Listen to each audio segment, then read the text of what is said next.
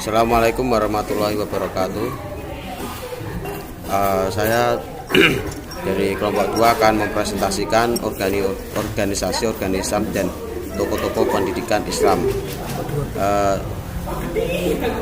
Saya berkelompok 2 yang berkelompokkan jumlah kelompok ada 5. Yang pertama saya Muhammad Rasul Roman, yang kedua Muhammad Anjan Arifai, yang ketiga Muhammad Jaja Al-Fawas, yang keempat Muhammad Syahri Ramadan, yang kelima Murni Karomah.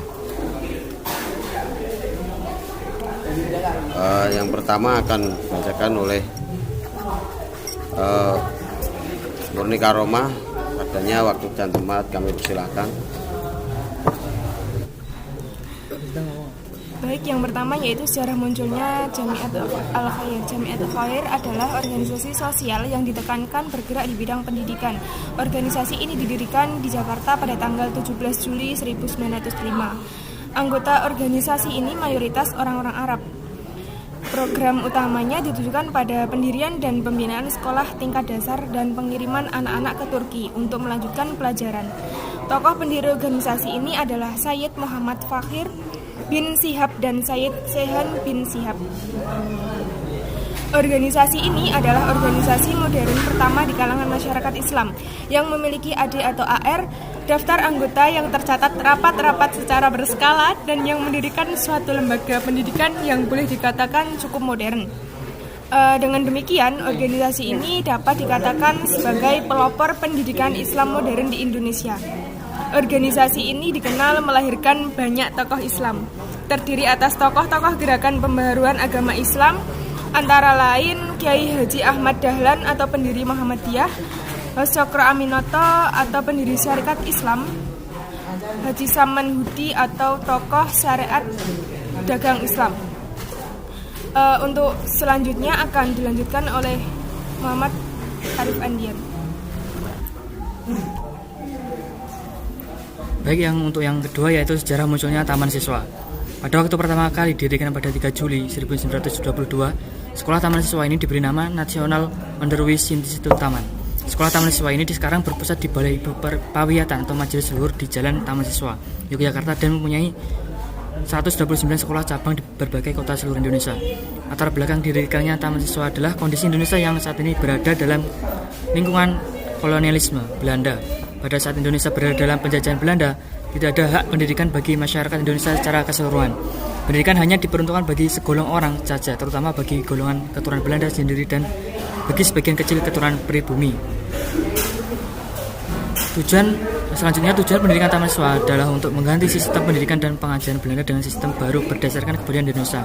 Untuk mewujudkan cita-cita itu, Taman Siswa memakai sistem Among, yaitu suatu sistem pendidikan yang mendasarkan pendidikan kebangsaan yang mengandung aliran-aliran pendidikan barat modern yang sudah berkembang waktu itu di Eropa. Sistem Among mengutamakan semboyan tuturi handayani yang berarti mengikuti dari belakang sambil mempengaruhi. Jadi selanjutnya akan disampaikan oleh Muhammad Rasul Roman.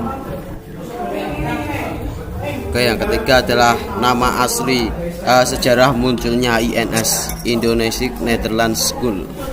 Nama asli INS yaitu Ruang Pendidik INS, Indonesia Netherlands School. Sekolah ini didirikan oleh Muhammad Syafi'i, lahir di Matan, Kalimantan Barat tahun 1895.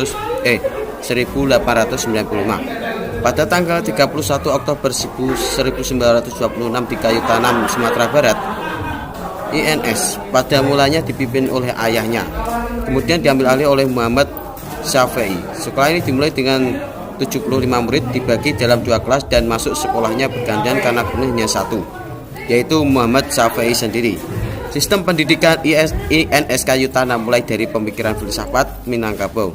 Alam tak kambang jadi guru, alam bergerak dalam sistem yang tetap secara dinamis dan dialektik seimbang. Manusia sebagai substansi alam dengan tenaga pikiran dan perasaannya tidak harus mengikuti sistem alam itu. Keluar dari sistem berarti lepas dari keseimbangan.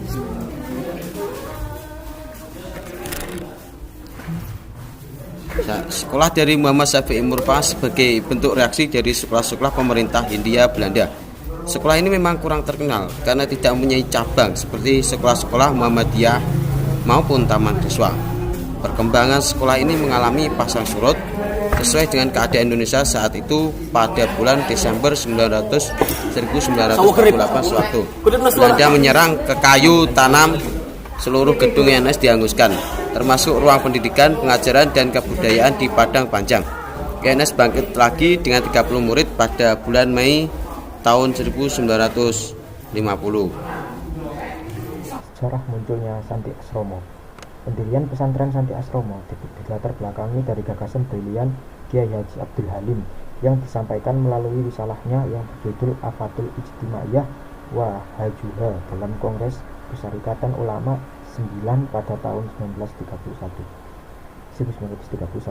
Dalam risalahnya itu ia mencetuskan gagasannya bahwa anak didik di masa depan harus dapat hidup mandiri dan tidak bergantung kepada orang lain. Atas dasar pertimbangan itu, setiap anak didik harus diberi bekal keterampilan yang cukup sesuai dengan kecenderungan dan bakat masing-masing. Untuk merealisasikan gagasan tersebut, pada kongres tersebut telah disepakati sekaligus memberikan dukungan dan kepercayaan sepenuhnya kepada Kiai Haji Abdul Halim untuk mengelola sebuah program pendidikan yang tempatnya dibangun secara terpisah dan khusus. Program pendidikan itu kemudian terkenal dengan nama Santi Asromo. Gagasan Kiai Haji Abdul Halim ini kemudian disampaikan kembali dalam Kongres Perserikatan Ulama 10 tanggal 14 hingga 17 Juli 1932 di Majalengka dengan menjadi sebuah keputusan Kongres. Assalamualaikum warahmatullahi wabarakatuh. Saya di sini akan melanjutkan materi dari Muhammad Syahri Ramadan yang berjudul Sejarah Munculnya Persis atau Persatuan Islam.